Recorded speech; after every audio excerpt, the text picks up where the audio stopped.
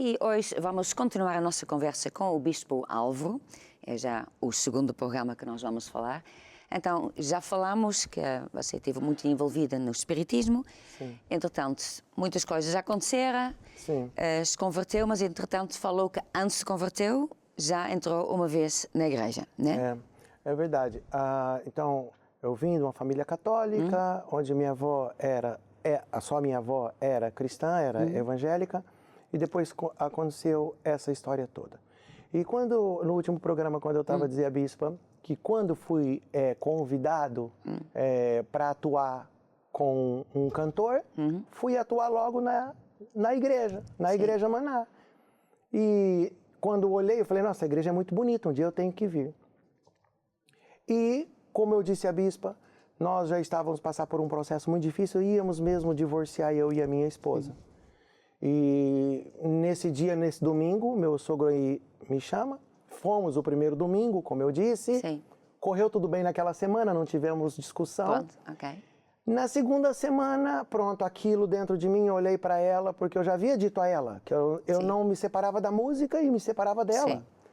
E aquela coisa dentro de mim, forte, muito forte, muito forte, e eu tive que tomar a decisão. Então, naquele dia, fui à frente. Foi isso na igreja que você sentiu? Não, eu não quero esta vida, eu agora quero seguir isto. Você falou isto à esposa e ela, pronto, até disse, pronto. Eu olhei para ela e falei, eu não quero mais essa vida para mim lá fora. Okay. Eu não quero mais, eu quero isso aqui. Isso aqui é que é para mim.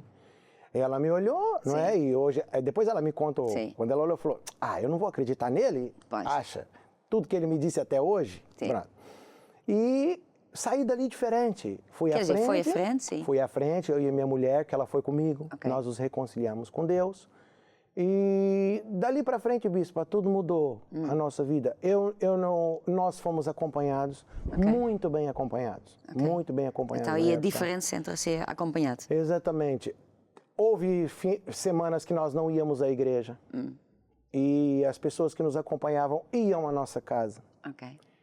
Mas quando eu ainda achava engraçado, quando eu olhava assim na porta, eu falava, o que eles estão aqui? Vão perturbar a minha vida, vão me chamar para ir para a igreja. Mas eu não posso deixar de abrir o portão. Então, abri o portão e estavam lá eles com a pizza na mão. Viemos aqui comer uma pizza. E era tão engraçado que eles não tocavam no assunto da igreja. Quer dizer, eles vinham depois da reunião. Depois da reunião. Eles não vinham antes para dizer para onde vamos. Vinha depois, porque não. Depois. E em vez de dizer, olha, está muito mal, vocês não vieram, pronto, vinha com pizza. Sentiu a nossa falta, sabe? Porque é isso que é muito bonito. Nós estarmos na igreja e acompanharmos as pessoas. Sim. Estarmos mais preocupados com as pessoas do que com a nossa própria vida. E depois apareciam e chegavam lá e comíamos uma pizza e conversávamos, contávamos piada e no final só falavam assim, pronto, olha, vamos embora. Nós só podemos orar por vocês e pronto. Orava, ordenava a bênção na nossa casa. E aquilo no final da oração eu me sentia envergonhado. Pronto. E eu olhava para eles no final e falava, eu quero pedir desculpa. Sim. Eu não fui à igreja, eu tive preguiça, eu não fui, porque aquele processo, aquela fase. E eles assim, não tem problema. Para a semana, nós estamos lá, você vai, não sei o quê. E até que pronto, fui sendo envolvido. Logo de seguida, o Curiacos Brasil, que eu ainda não fazia parte, foi um projeto do apóstolo para gravarem um CD. E eu já trabalhava com isso, e aí o pastor me agarrou naquilo, que era o que eu gostava. Sim. Olha, nos ajuda, nos dá aqui algumas instruções, algumas dicas. E aquilo eu fiquei todo empolgado, mas eu continuava na minha vida da música. Porque porque você tinha dito já não quer mais esta vida, mas quer dizer... Mas eu tive que continuar, porque eu tinha que sustentar a minha casa. Pronto. Então continuava ali. Continuava. Só que um dia eu falei para minha mulher, eu vou me despedir dessa produtora, dessa cantora, eu não vou ficar mais. Mas ela ainda não acreditava. Ok. E eu cheguei lá um dia, chamei a produtora, porque era a cantora, e a produtora que falava conosco. E eu falei, olha, a partir de hoje, 30 dias, eu estou a parar, eu não quero mais, e pronto, vocês colocam outro músico no meu lugar dentro desses 30 dias. Qual foi a reação deles? Eles não acreditaram. Eles não acreditaram. Dê-lhe uma coisa e já lhe passa. Não acreditaram, porque além de eu ser um músico, eu ainda era um dos produtores da banda. Então, e eles sabiam o quanto eu gostava daquilo. Eles não acreditaram. E nesses 30 dias que eu fiquei a tocar, aconteceram muitas coisas. E eu comecei a perceber, comecei a ligar os pontos do espiritismo. Como eu comecei a ler muito, uma das coisas que me ensinaram na igreja logo no início foi ler os livros da igreja, ler a Bíblia, tomar apontamentos na reunião. E aquilo tudo eu falei, eu preciso de comer tudo isso para que eu possa vencer esse processo, né? Conseguir ser bem sucedido nesse processo de transformação. Só que durante esses 30 dias aconteceram muitas coisas. Estava no quarto do hotel, era coisas de baterem na porta do quarto, e eu abri, não tinha ninguém. Estava no palco para tocar, sentia tipo uma pessoa soprar no meu ouvido, e eu olhava para trás, não tinha ninguém. De repente, escutava pessoas me chamar, não tinha ninguém. Nós usávamos muito os auscultadores, e de repente escutavam as vozes ali, que eu olhava e não era ninguém. E era muita coisa disso, muita coisa disso. E no último concerto, foi em São Paulo, capital. Nós tocamos lá numa casa, tinha lá 9 mil, 10 mil pessoas. E acabou, fomos jantar, e o produtor sabia que aquilo era o meu último dia. E ele senta comigo, nunca sentou comigo na minha mesa, e disse assim, sabe, Álvaro, nós temos muito trabalho pela frente. A nossa agenda está muito cheia. Sabe, nós nunca tivemos tanto trabalho como vamos ter agora.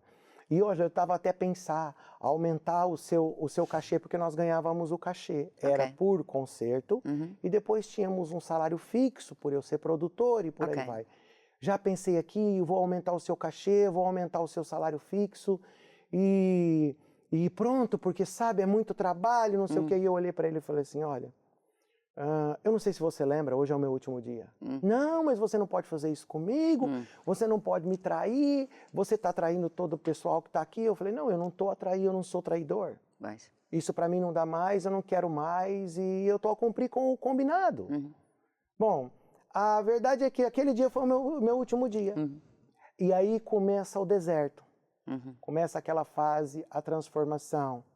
Depois já sabia o que é que ia fazer, depois já não? Nada, bispa. Não sabia, nem? Nada. Quer dizer, estava tão ocupada esses últimos 30 dias, ia para todo Nada. lado, nem? Eu não sabia, porque a minha vida, eu tocava na noite desde os meus 12 anos, foi a minha profissão, né, durante todos esses anos. Mas eu confiava muito em Deus, eu ganhei uma confiança tão grande em Deus, tão grande em Deus. É um amor que não dá para explicar, só quem vem, só quem se converte, que consegue entender. É tão bom que é isso. E eu só acreditava numa coisa. Se Deus me disse para ficar, e se isso tudo está a acontecer, é porque Deus está comigo. E comecei, eu lia muito, bispa. Eu lia muito os livros da igreja. Eu me agarrei muito aos livros para poder me sustentar nessa fase.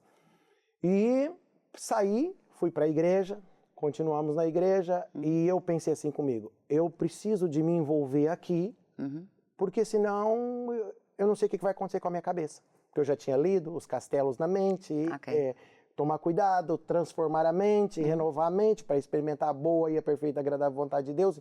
Então isso tudo estava aqui dentro. Eu preciso de buscar, eu preciso de fazer. Fui fazer os cursos. Curso básico, curso complementar. Quer dizer, saí lá de emprego, né? Saí. Então, depois, durante o dia, então, fazia o quê? Eu me dediquei a estudar. Pronto. Nem estava a olhar para empregos, sim, quer dizer... porque estudar para mim sempre foi algo da minha profissão. Estudar música, estudar as pautas, estudar para gravar, estudar para o concerto tal. Então eu falei, eu preciso de estudar. Estudar. E depois, nesse tempo, foi quando eles me pediram ajuda para gravar o primeiro CD do Curiacos Brasil. Então, era estudar e era ir para a igreja para ajudar eles gravarem e ajudar no áudio e tudo mais. Então, depois foram os cursos e sempre o acompanhamento. Nesse tempo, falhei, não fui à igreja e eles iam em casa. Comia pizza. Foi nesse tempo, isso tudo aqui? Tudo isso. E começou a ficar uma fase muito crítica financeira.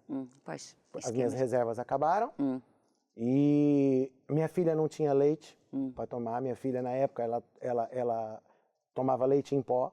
E na época, eu não me esqueço até hoje, que era 4 colheres de leite em pó para não sei quantos ml de água. E eu não tinha dinheiro. Então, ela tomava 1 colher de leite em pó com aquela quantidade de água. E era aquilo que a gente tinha. Pronto. E a fralda, por mais que estava cheia, Pronto. a gente não trocava porque tínhamos que economizar. Não foi fácil. Não foi fácil, foi muito difícil. Só que aí o diabo veio, de novo. E aí que tá, o coração cheio da palavra faz muita diferença. Um dia, um dos amigos meus, que tocava, né, com essa cantora, me ligou e disse, olha, o produtor, onde você tá? Eu tô aqui no centro da cidade, tô aqui a tomar um café e depois vou para a igreja. Olha, eu também tô aqui no centro da cidade e o produtor pediu para me falar com você um assunto. E eu, bom, vamos lá ver o que que é. E ele veio. E eu tava na fase mesmo do nada, do nada. E ele veio e falou assim, olha, o produtor chamava Paulo, o Paulo pediu para mim te procurar e falou que dobra o teu cachê, dobra o teu salário, e nós estamos aqui às portas do carnaval, e o carnaval no Brasil é algo que o músico ganha muito dinheiro, muito dinheiro. Nós ganhávamos o cachê vezes 30, para 4 dias de carnaval. Sim. E ele falou, olha, ele dobra o seu cachê, ele dobra o seu salário e não conseguimos nenhum músico para pôr no seu lugar até agora. E você já volta essa semana e ele já te adianta o salário e se você precisar de dinheiro, ele te adianta já meia parte do pagamento do carnaval. Na hora eu pensei no leite da minha filha, bicho. Sim, claro. Na fralda, na conta de água, na conta de luz, que eu estava mesmo de raça financeiramente. E eu estava para aceitar. Sim. De repente veio assim, aqui dentro do meu coração, Mateus 6,33. Buscai primeiro o reino de Deus e a sua justiça, e tudo o resto será acrescentado. E sem contar que nessa época eu já tinha mandado alguns currículos para trabalho, mas eu não tinha experiência. Pois claro, sim. E eu olhei para ele e aquilo veio tão forte no meu coração que eu falei assim, olha, eu agradeço, diz ao Paulo que eu agradeço, mas para mim não dá. Quer dizer, deve ter sido muito difícil porque a pessoa talvez pensou, olha, talvez eu vou só um mês. Foi, só não, por causa do carnaval. Mas para mim não foi fácil. Por dentro eu tava, eu não demonstrei, mas por dentro eu tava em sofrimento. Sim. Porque eu sou um pai de família, né? A gente passa fome, mas os nossos filhos não passam, né? É isso. E eu falei para ele assim, olha, não, para mim não dá. Não, mas vê, não sei o quê. E eu falei, olha, você quer continuar a ser o meu amigo?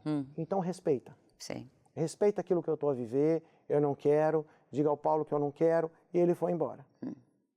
Aí, passado 15 minutos, meu telefone toca. 15 minutos. Uma proposta de emprego. Imagina, Bispa, um músico profissional, hotel 5 estrelas, restaurantes, churrascarias das melhores. E olha, foi aprovado o seu currículo aqui, vem fazer uma entrevista. Eu fui fazer uma entrevista. Que o seu currículo foi aprovado. Quando eu cheguei lá, fui aprovado para ser um porteiro de um prédio. Porteiro de um prédio. E, na época, eu estava já a fazer o curso de diácono. E eu aceitei, Bispa, porque eu precisava de comprar leite, eu precisava de pagar conta. E o diabo assim, eu na portaria do prédio, o diabo assim, que isso, que Deus é esse? E você ainda está a estudar isso? Você ainda vai servir nessa igreja? Você não está vendo? Que eles estão a te enganar, eles querem o seu talento, eles querem que você os ajude na música, porque ele sabia quem eu era. Claro. Uma parte que estava naquela igreja já tinham se convertido também, e eles já me conheciam da música, que eu já tinha gravado para eles. Eles só querem o seu trabalho, eles não querem nada com você. Daqui a uns dias você já não serve para nada. E aquilo foi uma luta. Uma luta. A mente é mesmo campo de batalha. Sim, mas um porteiro que está, quer dizer... E você é um porteiro... Sim, está muito tempo sem fazer nada, né? Sim, digo eu. Fica lá. Abre a porta, fecha a porta, tem telefone. Quer dizer, a mente o tempo todo está a trabalhar. E assim, olha você, Hotel 5 estrelas, olha o público, 30 mil, 40 mil pessoas. Eram roupas e não sei o quê, eram hotéis não sei o quê, cidades, os artistas e não sei o quê. E foi uma fase muito difícil. E foi tão engraçado que o homem vinha para buscar os meus documentos para me fazer o contrato de trabalho. e eu esqueci os documentos. Depois, quando eu levava, ele não aparecia. Depois, quando ele aparecia, eu não tinha os documentos. Isso foram 3 semanas. 3 semanas. 3 semanas. E eu ia fazer o curso de diáconos. Sim. Eu já estava lá a trabalhar. Estava a trabalhar. E eu fazia, e eu estudava e tomava apontamentos lá no prédio. E aquilo, e fui. Passado 3 semanas, o meu telefone toca de novo. Olha, senhor Álvaro, sim, você foi aprovado numa seleção aqui para uma empresa. Quer vir conhecer a nossa proposta? Ah, bispa. E eu falei, eu vou. Porque ali era para desenrascar. Sim. Quando eu cheguei na empresa, era uma multinacional. A senhora olha para mim e diz assim, eu vou te ser sincero, eu não sei como nós vamos te contratar. Sim. Eu não estou a entender por que o meu patrão, o dono da empresa, pediu para te contratar. Você não tem perfil nenhum. Mas ele olhou para o seu currículo, ele olhou para a sua fotografia, e quando ele olhou para a sua fotografia, ele disse assim, esse rapaz, ele vai dar muito lucro para essa empresa. Ele vai ser um dos melhores vendedores. Eu nunca vendi nada, bispo. Eu não gostava nem de falar. Sim. Meu negócio era tocar, mais nada. Hoje é por isso que eu falo muito, tá vendo? Pronto, sim, separar. Agora né? desembrulhei. Sim, pronto. Então, fui lá e aceitei. Eles me deram um carro. Sim, porque outra empresa, quer dizer, você nunca assinou o contrato? Não. Né? Pronto. Naquele dia, eu já dei os documentos, eu já tinha plano de saúde, plano dentário, ou seja, era uma multinacional. O salário era 4 vezes maior do que o outro, tinha o carro, tinha ajuda de custo, tinha tudo. Estuda sem experiência nenhuma. Sem experiência nenhuma. E eu me lembro até hoje que ele disse assim para mim, você vai ter comissão das vendas, mas esse mês eu vou te garantir um salário a mais, porque eu sei que é um mês de experiência, você vai aprender e tudo, e você não vai conseguir vender nada. Mas eu tava ali, bom, se eu ponho Deus em primeiro lugar, tudo isso vai me ser acrescentado, eu vou aprender isso aqui logo. E eu olhei para ele, eu não sei como, foi uma ousadia que depois eu fico pensando assim, aquele homem, ele mesmo foi conduzido por Deus para me contratar, porque eu olhei para ele e falei assim, chamava Sérgio, senhor Sérgio, eu vou te garantir uma coisa, o senhor não vai tirar dinheiro do seu bolso 1 mês para me pagar, porque eu vou entrar aqui, 1 semana que eu vou fazer o curso, eu vou aprender e vou sair para a rua e vou vender. E no final do mês, ele veio ter comigo, ele não me pagou nada. Eu já tinha comissão para receber e já tinha mais venda para o outro mês. Como, bispa? Não sei. A minha mulher diz até hoje. Ela dizia que eu saía para vender e às vezes atendia os clientes no telefone. Eu falava com uma certeza, que até ela ficava convencida do que eu estava a vender sem ela saber o que eu estava a vender. É verdade. E isso para dizer o quê? Que Deus testa o nosso coração. Deus queria saber, hoje eu vejo que Deus queria saber o que ia lá dentro. Se eu queria mesmo só dinheiro, se eu queria um bom trabalho e depois voltar para o mundo. Sim. Porque eu já tinha, né, como diz o brasileiro, eu já tinha pisado na bola com Deus. Pois. Né? Eu sabia que eu tinha talentos de Deus e eu abandonei Deus e voltei para a bruxaria e voltei para a igreja católica. Sim. E Deus testou. E depois disso eu fui muito bem sucedido. Fui muito bem sucedido na igreja, fui muito bem sucedido profissionalmente. Nunca mais precisei de tocar. A minha filha nunca mais ficou doente. Meu casamento, todo casamento há discussões. Mas uma coisa que nós aprendemos na igreja, a discussão existe, mas no final, Deus tem que sempre prevalecer. Então o respeito, a verdade, o carinho, a ajuda, a compreensão, nós aprendemos muita coisa na igreja. Muita coisa na igreja. E para mim, a base hoje da minha vida, a base dos meus filhos é a igreja. É a igreja, porque eu sei que o que salvou a minha vida foi Deus.